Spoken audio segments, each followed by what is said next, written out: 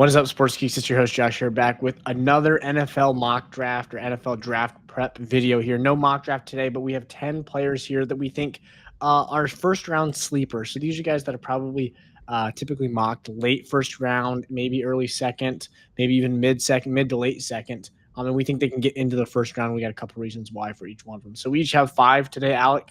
We're going to hop right into this real quick. Make sure to hit that subscribe button. It's free. It's easy. It tells us you guys like this content and all of our research that we're putting in here. Real quick, though, we'll go ahead and hop over to you, Alec. Yeah, so I'm going to go my first one guy here. Guy who's kind of been, skyrocketing up draft boards after the Senior Bowl. That need for a QB3. There's always the debate, QB1, QB2 in a class. But for this class, who's going to be QB3? For the most of the year, we thought it was Jalen Milroe, but I really think it's going to be Jackson Dart. I think he could find himself into the first round here. Yeah, I mean, I think the quarterback position is the one position that teams always reach on, right? And reach can be like this, right? Because when you hit on one, holy smokes. So I saw I think who was it? It was Field Yates. Field Yates' most recent one. He had him going to the Steelers at 22, I believe. It sounds insane, but realistically, teams do insane things to try to hit on quarterbacks. So I don't mind that at all. My first one here, I'm gonna go on the offensive line. I think kind of a common trend on my 5 here is in the trenches. I'm gonna start in the trenches here. Gray Zabel, North Dakota State guy. Another guy that after the Senior Bowl has been getting a ton of hype. Now, I think Jackson Dart's maybe is a little bit unwarranted. I don't think he had a great Senior Bowl. Now, I think Gray Zabel's is warranted. He had a spectacular Senior Bowl. I mean, one-on-one reps against Shamar Stewart, who's 6'6", 280, and could probably run a 4.5, and he's standing him up. He can play all 5 positions on the offensive line. I think at some point there's going to be a team in the latter half of the first round that says, screw it, offensive line depth is really important, and you can play all five of those positions and offensive guard at an elite level. Yeah, we're going to take you. Yeah, and I also think, with Zabel, it's maybe like the ceiling isn't as high as one of these other guys that you might reach on. But for him, though, the floor is a solid starter. And now – in free agency, we see guards getting paid $18-19 million. So I think that's going to reflect in the NFL draft as well, seeing them go a little higher than we have in the past. Yeah. Well, the other thing, like it's just so valuable to be able to plug and play anywhere. And while the floor or the ceiling isn't as high, how many swing and misses do we see on offensive linemen in the first round? Especially tackles. Yes, especially tackles. And you have a guy here whose floor is really, really high. Yeah. So big fan of Zabel here, but we'll go ahead and send it over to you for your second one here. Yeah, so I'm going to go another offensive lineman. I'm going to go Donovan Jackson out of Ohio State. He kicked out the tackle after Josh Simmons actually got hurt during the season.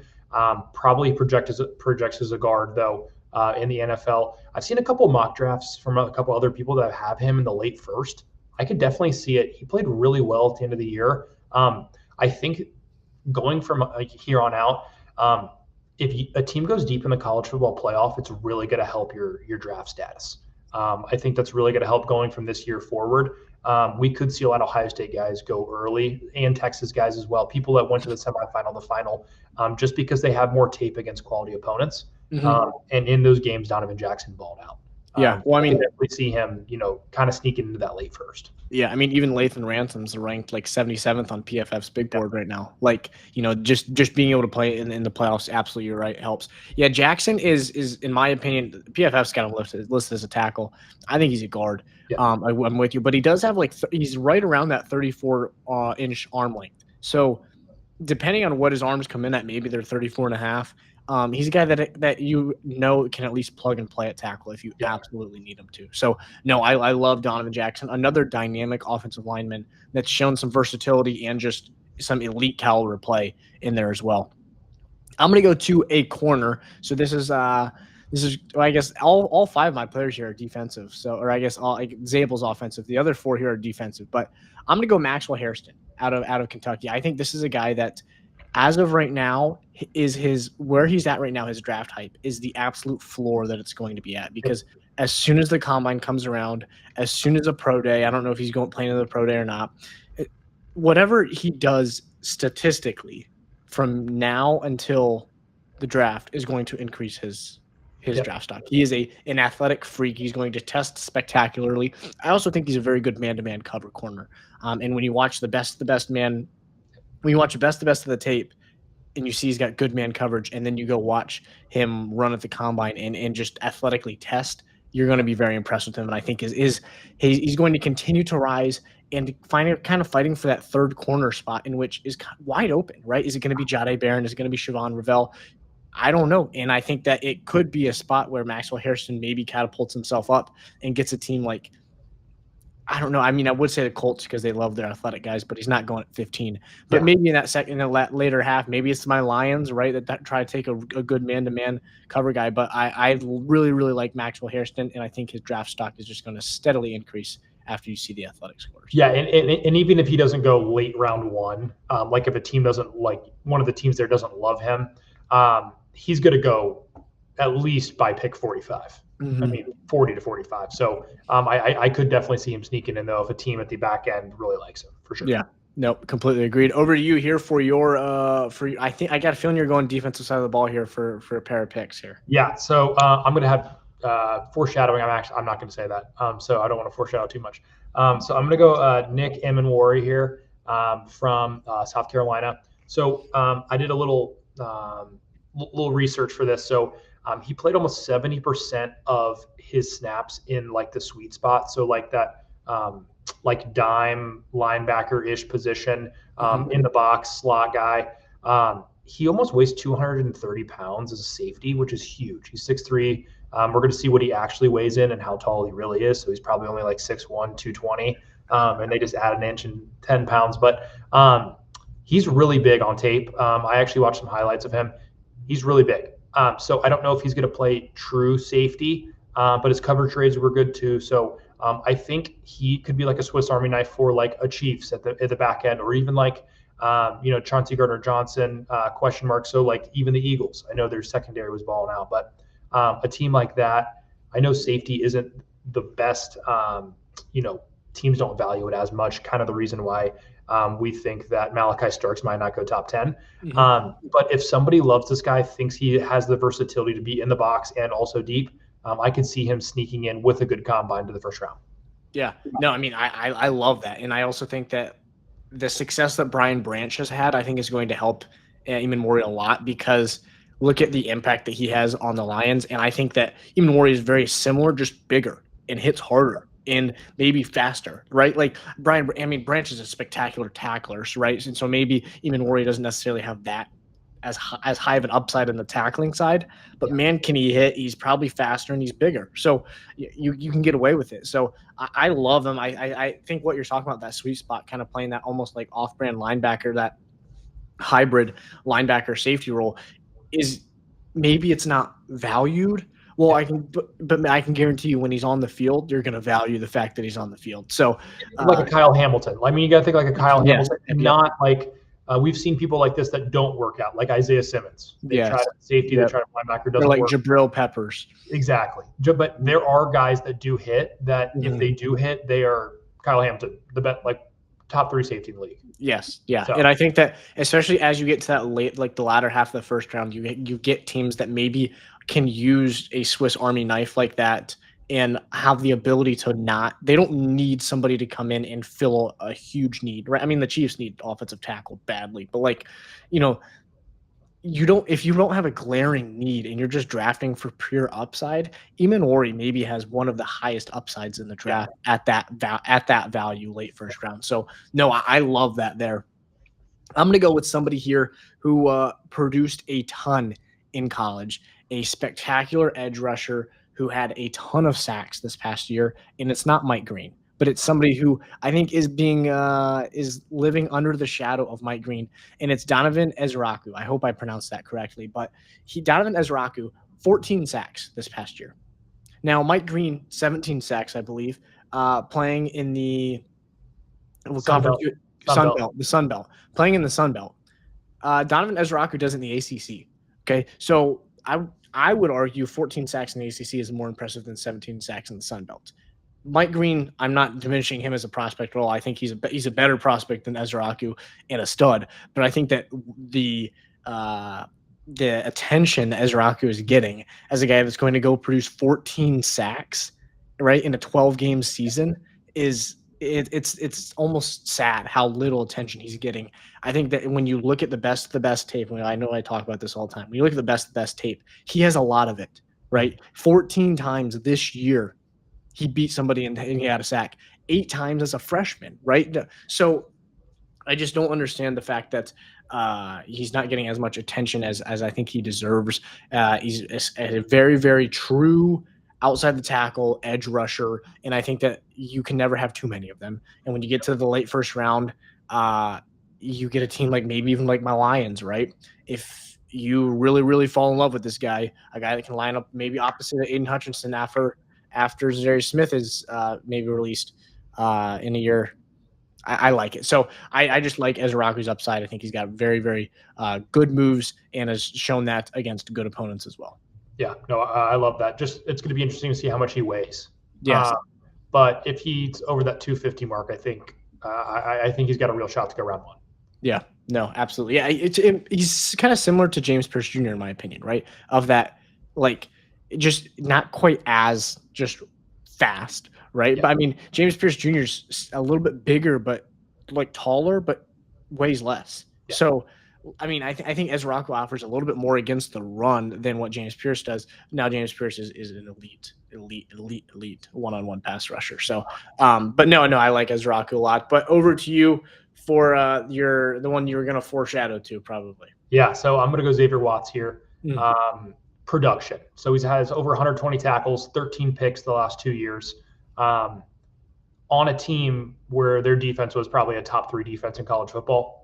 You could probably argue, unless they're playing NIU, which actually they still only gave up like 13 points or something. Yeah, like 16 or something. Or yeah. Was it 16? But yeah, Xavier Watts. I don't think, I don't know, this is like guys who could sneak in the first round. He probably doesn't. But I think he is an early day 2 guy that's going to provide great value. Yeah, no, I mean, I love the double safety there, and I think that safety is just one of those positions that is not valued as much as other positions, which is interesting, right? And I think that there might be a little bit of a trend that begins maybe with this draft and the next draft, right? You think about this, Caleb Downs coming into the next year's draft. You have Malachi Starks this year. You had Brian Branch 2 years ago. I mean, you have Kyle Hamilton 3 years ago.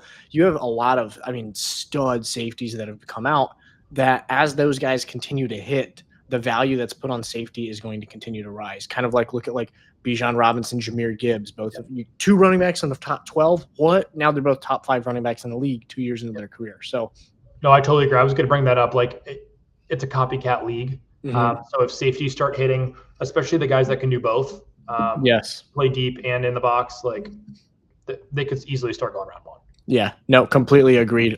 So over to, this is my second to last one here. So Jihad Campbell is who it is. This is of the R10. I would say Jihad Campbell is probably the most likely to go in the first round. More probably. He's somebody that if you're looking for a linebacker that's a true off-ball linebacker, I say that even though he was recruited as an edge rusher, right? Because you have Jalen Walker, who's a linebacker that can play off-ball, on-ball.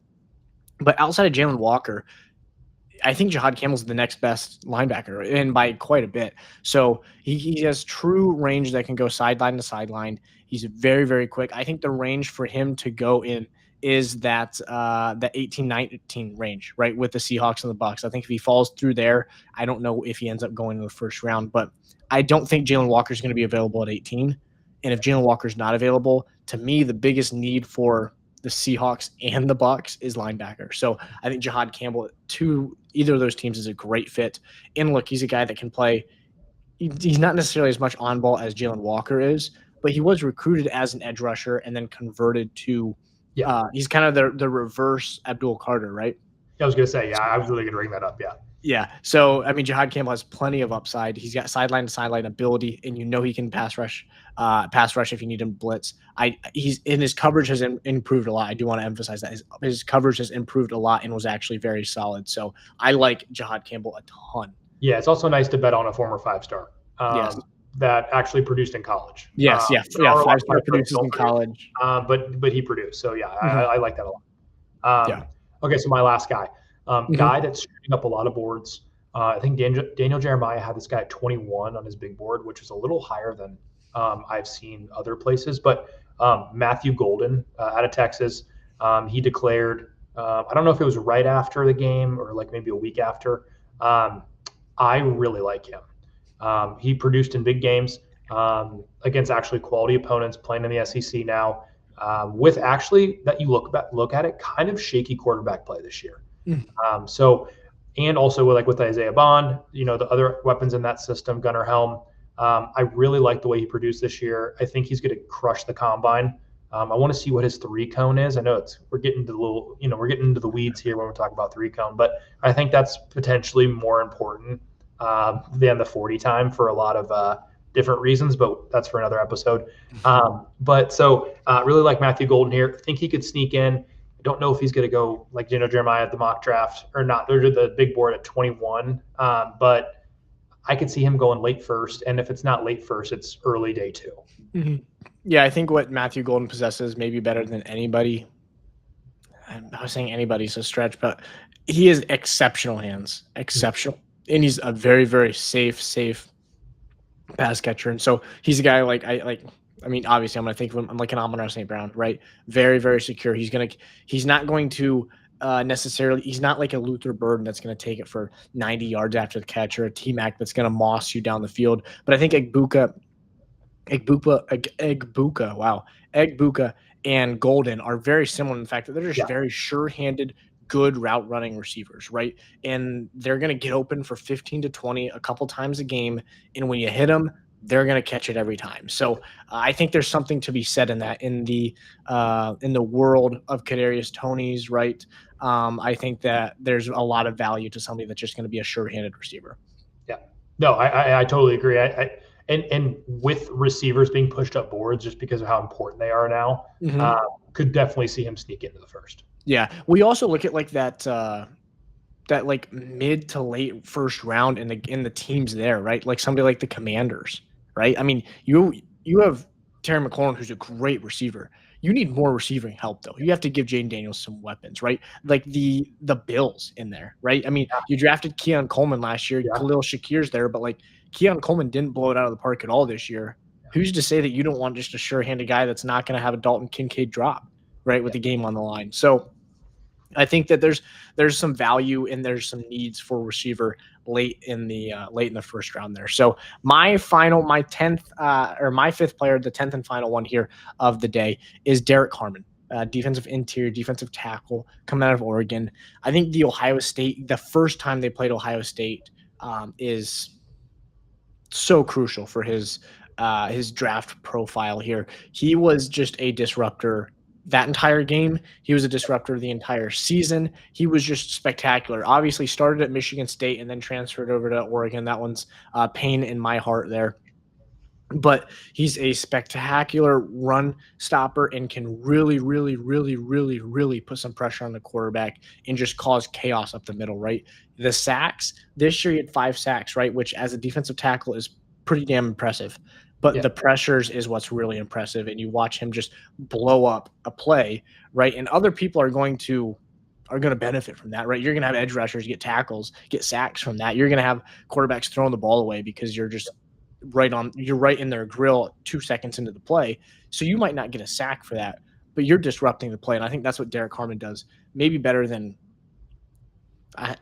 everybody other than Mason Graham and Walter Nolan in my opinion in this draft. Yeah, and Walter Nolan, our guy Walter Nolan's moving up. So I was going to pick him, but every mock has him at like they're moving him up a little bit. So I don't know if he could technically be a sleeper anymore. Yeah, I do want to ask: is there anybody that almost made your list that didn't quite make your list? Yeah, that's a great question. So I was actually playing with the idea of maybe one of the running backs. So like a Caleb Johnson. It all is depending on the combine. Yeah. So like an Omarion Hampton. Or like a Caleb Johnson. It really just depends on it if the team really loves him in the 20s. And if they do, I could definitely see him pulling the trigger. More than likely, though, they'll probably just trade up in the early second to get those guys. But we have seen, though, like with running backs, they have a lifespan of probably 5 to 6 years. Mm-hmm. So getting that fifth year option on a running back that is a baller would be really crucial. Right. That means you maybe don't have to extend them. You just And yeah, because then you let them could go. technically, I mean, in theory, you get that 5th year, you see how they play, and then you're still iffy about it. They're Mhm. 27, 28, then you just tag them for a year. Yep. So, Yep.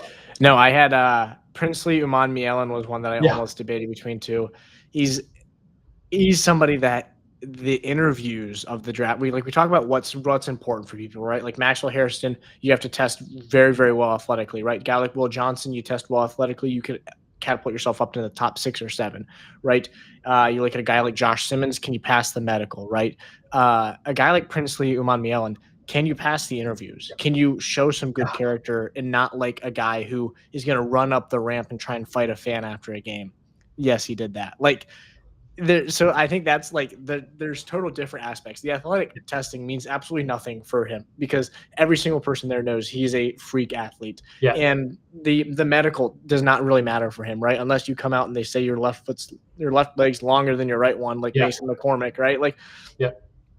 But for him, the interviews are so crucial. But no, that was the one that barely missed mine. Yeah, I had one like legit one. Mhm. It was Trey Harris. Yeah. So yeah, that's fair. I mean, I like Trey Harris too. I mean, very, very productive. And but you went with his teammate there in Jackson Dart, so that's fine. But alrighty, that has been the Sports Geeks podcast here with 10, maybe 12 or 13 guys here that we think could sneak into the first round come the NFL draft here in 2 months. It's right around the corner. So here in about 2 months we have the NFL draft. So these have been 10 to 12 players that we think can sneak into the first round. This has been the Sports Geeks podcast. They play, we talk. Thanks for watching, guys. Peace.